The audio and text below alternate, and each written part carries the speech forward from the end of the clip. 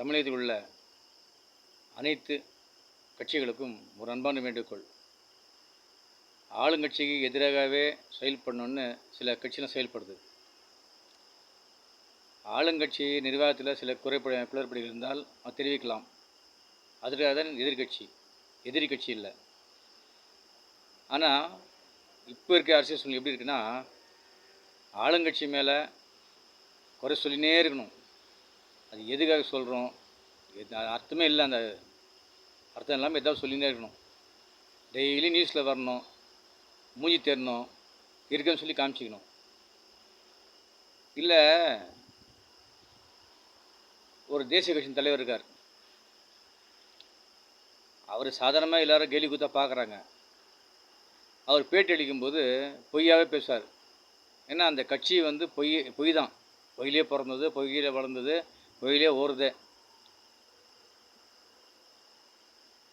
அந்த கட்சி தலைவர் என்ன பண்ணுறாருன்னா, பேட்டின்னு ஆனால் மைக் நிட்டால் போதும், பொய் அள்ளி வீச வேண்டியது. அந்த அல்ல கட்டிங்கெல்லாம் பின்னால் நின்று என்ன பண்ணுவாங்க, சிரிப்பாங்க. உடனே ஒரு சந்தோஷம். ஐயா, அது சிரிக்கிறது நீங்கள் சொல்கிறதுக்காக சிரிக்கல, நீங்கள் பண்ணுறீங்களா தமாஷு, கோமாளி மாதிரி பேசுகிறீங்க இல்லையா, அதை பார்த்து உங்களை பார்த்து சிரிக்குது. அது நீங்கள் பெருமையாக நினச்சிரிங்க. இன்னொருத்தர் இருக்கார், அவர் என்ன பேசுன்னு தெரியாதவருக்கு. அவர் உங்களுக்கு அண்ணனா தம்பியான்னு தெரில, அவர் அதிபதி. அதிபராக இருக்க வேண்டியது அந்த நினைப்பு தான் அவருக்கு. அவர் பேச பாருங்க, எப்பா சாமி, பொய்யா ஊற்று விட்டுண்டியது. எல்லா அரசியலையும் கரைச்சி குடித்த நினைப்பு அவருக்கு. என்ன பேசுகிறாரு, என்ன பேசுகிறாரு, யாரும் கேட்க மாட்டேன்னு நினைப்பு இருக்குது. அவரும் ஊர்லாம் காரி துப்புது. அது அவர் தெரியும். அவர் என்ன நீங்கன்னா, நான் காரி துப்புனா துப்பிட்டோம், நமக்கு என்ன இருக்குது, நான் பேசுறதுக்கு நம்ம பாஸ் மேலேருந்து காசு அனுப்புகிறாரா, பொட்டி ரொம்புதா, அந்த மாதிரி எண்ணம். இன்னொருத்தர் இருக்கார், அவன் துரோகி இவன் துரோகி, இதே தான். முதல்ல இவரே பெரிய துரோகி. அது என்ன துரோகம் பண்ணால் அவருக்கு மனசாட்சிக்கு தெரியும், எப்பொழுது துரோகின்னு கூட. அவரு பேச பாருங்க, அதாவது ஒரு அட்டை கத்தின்னுவாங்க. இவர் அட்டை கத்தி கூட இல்லை, காகித கத்தி.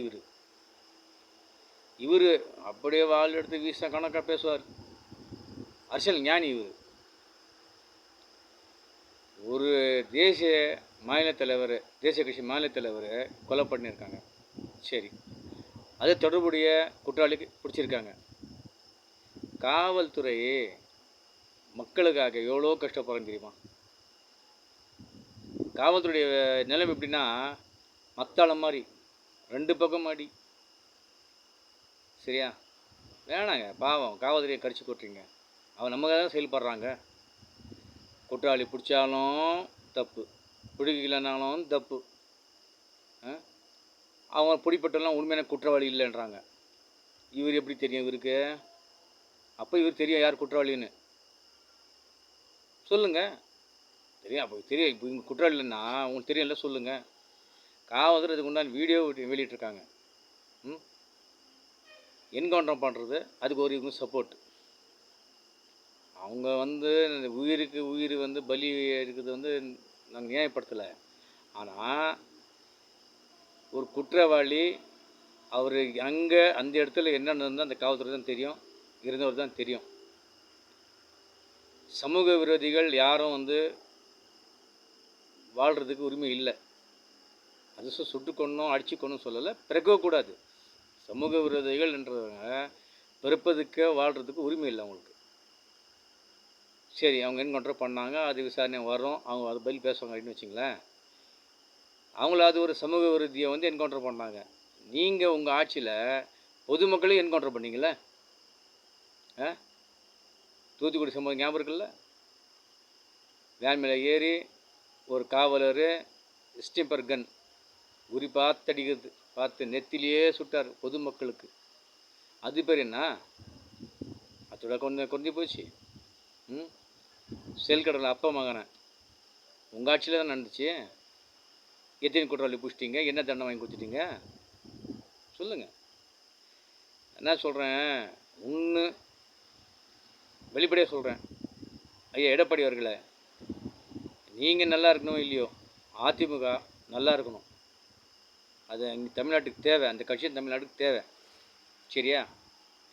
தேவையில்லாமல் நீங்கள் வந்து ஒரு சபதம் எடுத்துட்டிங்களா, இல்லை வேறு ஏதாவது பேரம் பேசுறது தெரியல அதிமுக அழிக்கிறதுக்கு. எங்களுக்கு உங்கள் மேலே தான் சந்தேகம்.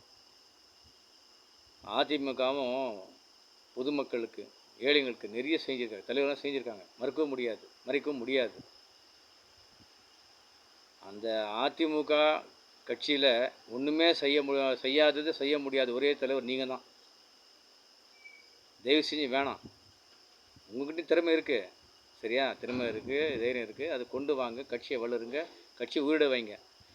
அவன் பேச்சு இவன் பேச்சு கேட்டு கட்சியை அழிக்காதீங்க, சொந்த கட்சியை, சரியா? அதேமாதிரி வெளிப்படையாக சொல்கிறேன், அண்ணாமலை அவர்களை நீங்கள் வந்து பொய் பேசுகிறீங்க, எப்போ பார்த்தாலும் பொய்யே பேசுகிறீங்க. அதுக்கு உண்டான பலம் உங்களுக்கு கிடைக்கும். சீமான் அவங்க நிறுத்தின வேட்பாளர் சொல்கிறாங்க, விற்கிற வேண்டிய வேட்பாளர் பணம் கொடுத்தான், காசு கொடுத்தான், அரிசி கொடுத்தான், பருப்பு கொடுத்தான், எல்லாம் குற்றச்சாட்டு. ரைட், இந்த ஆட்சி அது சொல்லலாம், அந்த கட்சி இதுக்கு சொல்லலாம், எல்லாம் ரைட்டு. ஆனால் ஒன்று சொன்னாங்க, கஞ்சா கொடுத்தாங்களாம்.